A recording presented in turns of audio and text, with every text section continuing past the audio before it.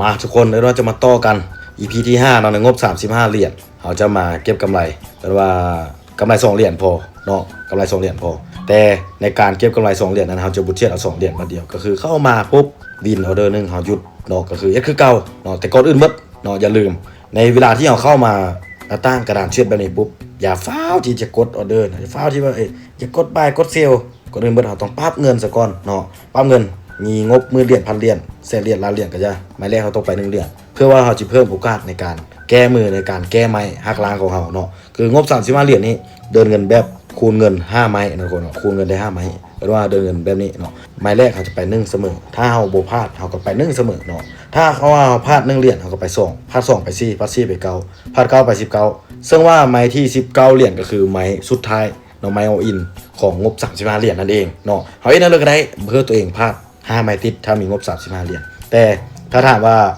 พลาดได้บ่พลาดได้ทุกคนอันนี้มันเป็นสิ่งที่เขาพลาดได้เนาะแต่เราต้องพยายามเนาะพยายามที่ว่านั่นเลยก็ได้แบบว่ามันแบบมีเปอร์เซ็นต์ที่ว่าจะพลาดแบบว่ามันน้อยลงนะทุกคนเนาะมันพลาดน้อยลงว่านั้นซะบ่หมายเขามว่าย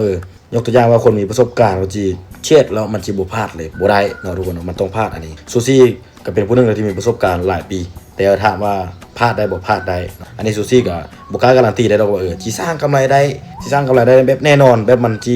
ิบ่แตกเนี่ยเลยมันก็แตกแน่นอนงบ35เหรียญแห่งเป็นงบที่น้อยเนาะสำหรับการคูณเงินแต่ว่าคูณได้แต่5ไม้เด้แต่บ่ฮู้ว่ามันสิแตกมื้อเลยแต่ซูซี่ก็สิพยายามแบบสุดความสามารถเนาะในการประคับประคองว่าสิเชียดเร็วๆเนาะเชียดเร็วๆนี่เฮาเบิ่งเลยบ่ว่าสิได้เลยเสียก็สิอัพลงเฮาเบิ่งเนาะว่าความเป็นไปได้เนาะในการสร้างกำไรหรือว่าความเสี่ยงมันเป็นจังได๋ก็เมื่อเราจะมาเบิ่งตลาดนะทุกคนนะปั๊มเงินปุ๊บมาเบิ่งตลาดเนาะมาเบิ่งเหรียญตัวที่เราสิเชียดก็คือสังเกตเบิ่ง BNB อันนี้เบิ่งปั๊บนี่ฮู้เลยเนาะว่าบ่สมควรที่จะเชียด1แล้วแม่นสวิงทุกคนสังเกตเบิ่งนี่สวิงค่อนข้างสวิงเบิ่งนั่นเลยสวิงมีการดีดโตของกราฟของราคาดีดขึ้นแห้งลงแห้งวาบวูบนี่นะทุกคนเนาะแล้วมาสังเกตเบิ่งเนื้อเทียนเนาะเนื้อเทียนก็คือจะเป็นตัวน้อยๆนี่เนาะแล้วไส้เทียนเป็นตัวอันห่างมันนี่ทุกคนยาวๆนี่คันว่าไส้เทียนนี่มันยาวกว่าเนื้อเทียนปุ๊บนี่บ่เช็ดเนาะมันเป็นอะไรที่แบบเสี่ยงหลายเนาะมันเสี่ยงหลายบ่ว่าจิวิเคราะห์เองจิใช้เทคนิคก็เสี่ยงอยู่บ่ว่ามันดีดทุกคนสังเกตเบิ่งนี่เนาะแทงเขียวนี่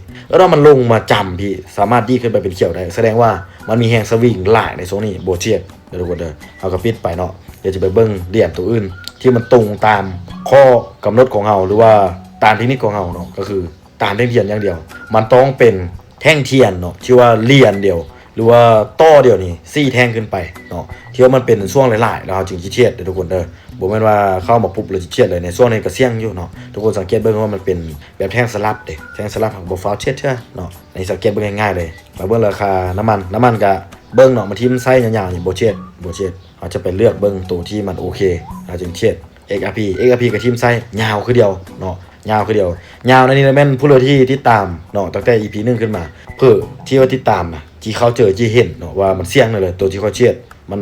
นแบบไซเทคนิคมันแบบมันบ่โอเคทุกคนมันบ่เวิร์กเนาะมันบ่เวิร์กมันเป็นว่าส่วนเทคนิคด้วยซ้ำเพราะฉะนั้นเราบ่เชียดในช่วงนั้นอันนี้คือเดียวแต่ว่า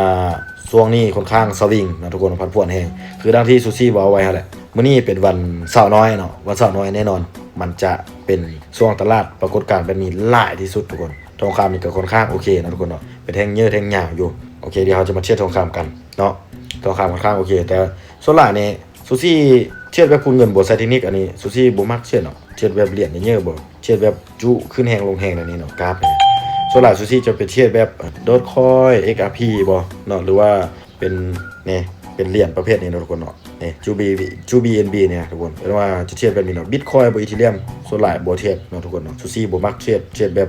คูณเงินหรือว่าใช้เทคนิคตัวนี้บ่มักเทียบคันวิเคราะห์เองนี่เทียบอยู่เนาะเทียบทองคำก็เทียบเหรียญอื่นก็เทียบคือเดียวแต่คันว่าเทียบใช้เทคนิคนี่ซูซี่มักเทียบแบบเหรียญน้อยๆเนาะเพราะมันมักไปเป็นเชนน้อยๆเชนงามๆเนาะทุกคนเนาะนี่ออเดอร์แรกพลาดไปละทุกคนก็ปั๊บเงินเป็น2เหรียญนี่เห็นบ่สิ่งที่บ่คาดคิดนะทุกคนเนาะมันเกิดขึ้นได้ทุกคนบ่แม่นว่าสมมุติว่าเราวิเคราะห์เองก็ได้มันลงมาเนาะ4แท่ง5แท่งแล้วมันต้องลงมาอีกได้ปกติเราเคยเจอเนาะแต่เทื่อนี้มันบ่เป็นไปตามที่เราเคยเจอมาก็เป็นไปได้เนาะมันว่าเรื่องอารมณ์ของตลาดในช่วงนั้นๆพร้อมเด้อทุกคนเด้อมา2เหรียญเนาะเฮาก็ปั๊บไปท่าเลยเฮาก็บ่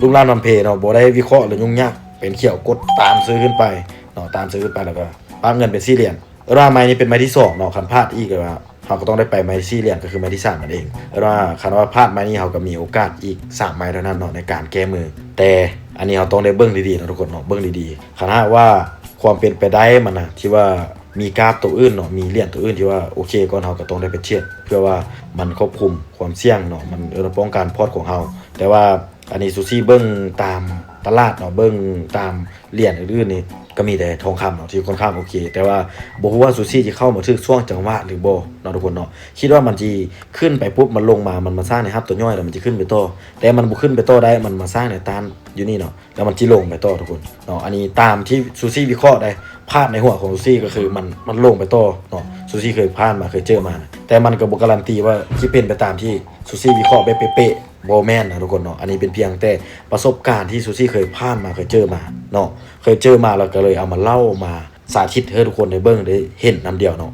ก็คือบ่จำเป็นต้องว่าไปเจอด้วยตัวเองกันนะเนาะก็คือมาเบิ่งคลิปค่อยนี่แล้วก็ว่าเขาเจอเนาะ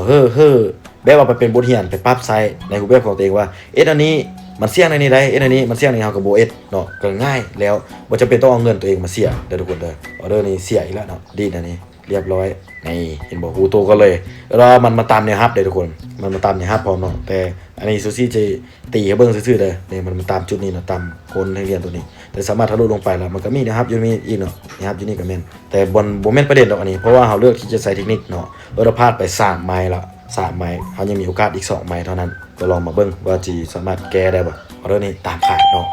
แต่ในเจอนี่โคตรอยากซื้อเลยนะทุกคนเนาะเพราะมันมาตามจุดนี่เลยทุกคนตามในฮับปุ๊บนี่มันอาจจะดีโตในช่วงท้ายๆคือแท่งเมื่อกี้ก็เป็นไปได้เนาะอันนี้มีเปอร์เซ็นต์สูงที่ซูซี่เคยผ่านเคยเจอมาแต่ก็คือว่าแหละเนาะเฮาเลือกที่จะใช้เทคนิคเราก็ต้องทำเจอไปก่อนทุกคนเนาะเฮาต้องเชื่อมั่นในเทคนิคเนาะว่ามันสิถึกช่วงตลาดบ่ถ้าเราไปแบบใช้เทคนิคปุ๊บเราสิไปสลับวิเคราะห์เองได้นั่นนี่ได้มันเสี่ยงนะทุกคนเนาะถ้าว่าเทคนิคเอามันทึกช่วงที่แบบเอาเปลี่ยนนั่นนี่มันก็เสียเงินไปละนะทุกคนเนาะเสียเงินไปละมันจะเป็นอย่างนั้นเนาะนี่แนวนี้ก็เป็นไปได้เองบ่ทุกคนทั้งที่แบบซูซี่โคตรอยากซื้อได้คำวิเคราะห์เองนี่เนี่ยเลยก็ซื้อเมื่อกี้มันมาตามนะครับเนาะแต่มันก็ปิดแดงเฮาได้น้อยนึงก็โอเคเนาะปิดแดงปุ๊บพักปั๊บง่ายๆนะทุกคนเนาะเทรดแบบซิวๆอาศัยเข้าไวเอาไวมันจึงบ่เสี่ยงหลายอยู่ในตลาดดนผู้เหลือที่ว่าอยู่ศึกษาเบิ่งกราฟเบิ่งพฤติกรรมชื่อจำพยายามเรียนรู้แท่งเทียนนี่เช็ดบัญชีเดโมแล้วมันได้เนาะอยู่รุ่นนี่เนาะนี่บัญชีเดโมก็อยู่นี่เนี่ยทุกคนเพียงแต่เฮามาสลับนี่เนาะมันมี1,000เหรียญให้เฮาเช็ดเนาะว่าเฮาเมิดปุ๊บเนี่ยเฮาก็สามารถรีเฟรชนะทุกคนรีเฟรชให้มันขึ้นมาเมื่อใดแต่ซูซี่จะคือแนะนำในนี้เนาะในการใส่บัญชีทดลองบ่แม่นว่ามี1,000เหรียญนี่เนาะเฮาก็สิเทียบไป1,000เหรียญเลยเฮาสลับมาปุ๊บอันนี้เนาะเจ้าสิเทียบงบเท่าเลยคันว่าเจ้าสิเทียบงบ100เหรียญเจ้าก็เทียบเลยก็ได้คือมันเสีย900เหรียญเนาะ900เหรียญให้ยังเหลือ100เหรียญแล้วเราก็มาเช็ดคือเทียบไปจริงๆทุกคนบริหารคือเดียวเพื่อให้มันสร้างความลึงเคยให้เราเนาะสร้างความลึงเคยของเราเนาะแล้วก็ว่ามันจะเป็นนิสัยเลยทุกคนเนาะมันจะเป็นนิสัยเอาเลยว่าสมมุติเขานี่ปุ๊บไปในเสียปั๊บยังเหลือ100เหรียญก็เช็ดคือจริงบัดนี้นะในนั้นทุกคนเนาะมันจึงเป็นผลดีในการใส่บัญชีทดลองบ่แม่นน่ะใส่บัญชีทดลองแล้วจิเช็ดแบบมั่วซั่วจีโออินจีเอาเลยไปแบบบ่สนเจอมันเกิดนิสัยทุกคนมันเป็นความเรื่องเคยของเราเป็นนิสัยกายนิสัยเป็นสันดานเนาะแล้วบัดนั้นประเทศมาแล้วเนี่ยเลยมันก็เสียทุกคนมันเนี่ยเลยมันก็เป็นคือด้านที่เราเช็ดบัญชีทดลองน่ะก็คือเฮาเอ็ดนั่นเลยมันก็เป็นในนั้นเนาะเฮาเอ็ดนั่นเลยเคยในนั้นเนาะซึ่งว่าในการเช็ดบัญชีทดลองน่ะมันก็มีข้อดีเนาะก็คือด้านที่ซูซี่เว้าเนาะคันหากว่าเฮานำใช้ไปถึกวิธีเนาะก็คือข้อดีของมันเนี่ยเลยนี่เห็นบ่สลับปั๊บปุ๊บนี่บัญชีจริงกับบัญชีทดลองทุกคนสังเกตดูกราฟอันเดียวเวลาเดียวเนาะแล้วมันตรงเดียวมันตั้งอยู่บนว่าความกดดันของเฮาเท่านั้นเนาะถ้าว่าเฮาพยายามที่ว่ามาสร้างแบบมันเป็นนิสัยของเฮานะแล้วมันง่ายนะทุกคนเนาะเฮ้ยแบบจริงจังบ่เอ็ดแบบบ่คิดว่ามันเอ็ดลิ้นน่ะมันสร้างมันเป็นแบบความเคยของเราแล้วเฮามาเชื่อไปจริงมาแล้วมันโอเคนะทุกคนมันง่ายมันจีบ่แบบบ่ไปทางแบบนอกลู่นอกทางบ่ออกนอกกรอบนะเนาะซึ่งว่าคลิปนี้EP นี้ซูซี่ก็ได้กำไรตามเป้าทุกคนก็จะหยุดเลยแล้วเราไปได้ไหมคุณเงินแล้วมันเห็นบ่แล้วมื้อนี้นี่สามารถหยุดได้เลยเนาะมื้อนี้เนาะในพอร์ต35เหรียญนี่หยุดได้เลยพอได้กำไรตามเป้าเลยครับตั้งเป้ากำไรอยู่ที่2เหรียญในเดือน 2.45 เหรียญแต่อย่าลืมเนาะคันว่าหากว่าทุกคนได้กำไรปุ๊บนี่ถอดออกไปเนาะคันบ่ถอดออกไปคันผู้เลยมีกระเป๋าบนอื่นก็สามารถเอาไปเก็บไว้ในกระเป๋าบนอื่นได้เนาะจงไว้แต่ต้นทุนของเราจงไว้แต่ต้นทุนแบบนี้เนาะเฮาสิเทรดฮอปเมอร์สิเทรดมือเมอร์เขาก็ต้องแบบ แนวนั้นทุกคนเนาะในนั้นเนาะจังแบบว่าลดความเสี่ยงได้เลยทุกคนในเวลาที่เราลุดดังที่ซูซี่เว้าหลายๆคลิปเลยทุกคนเด้อเพราะว่าเราถอดเอาไปไว้เนาะแล้วเป้ากำไรนี่เราต้องมีชัดเจนก็คืองบ35เหรียญเอามื้อนึง2เหรียญได้ปุ๊บนี่ก็หยุดแล้วได้มื้อนี้บ่เชียดเลยเนาะบ่เข้ามาเชียดเลยมันเป็นอันที่ดีที่สุดเนาะต้องหักห้ามมื้อใดทุกคนเด้อถ้าเราบ่หักห้ามได้นะเฮาหวังว่าสิมาเชียดเอาอีกจักเหรียญนึง2เหรียญแล้วแม่นเฮาอาจสิพลาดก็ได้เนาะก็คือจุดที่แบบบ่อยากให้ตั้งเป้ากำไรสูงนะบางคนตั้ง5เหรียญหรือว่า10เหรียญเนาะสมมุติว่าอันนี้ว่าสมมุติเนาะแล้วก็เกิดเป็นเหตุการณ์ที่เกิดขึ้นจริงซูซี่ก็เคยเจอเนาะสมมุติว่าซูซี่น่ะตั้งเป้ากำไร10เหรียญเนาะแล้วซูซี่ได้ไปแล้ว9เหรียญ9จุดปลายอย่างอีกแต่0จุดปลายน้อยนึงสิได้ละตามเป้าสุดท้ายไปพลาดเนาะทุกคนไปตกมาตายย้อนอันน้อยๆเพราะฉะนั้นซูซี่จึงว่าบ่อยากให้ตั้งเป้ากำไรสูงเนาะตั้งเป้ากำไรแบบนี้มันเซฟที่สุดทุกคนมันเซฟทุนของที่สุดก็คือเข้ามาปุ๊บวินออเดอร์นึงแล้วพักเลยมันเป็นอะไรที่แบบเซฟที่สุดแล้วเนาะอันนี้ก็จะคือเบิ้งแล้วก็พิจารณาแล้วก็ไปลองปรับไซส์เบิ้งในบัญชีเดโมก่อนเนาะหากว่ามันเจอแล้วโอเคแล้วฮูช่วงตลาดฮูจังหวะเข้าแล้วเอาเงินเข้ามาเชื่อไปสิจริงเนาะซึ่งว่า EP นี้ก็จะพักซ้ำนี่เนาะเพื่อเบอร์มันยืดมันยาววอลหลายคนละฝอยหลายแล้วเดี๋ยวไปต่อ EP ต่อไป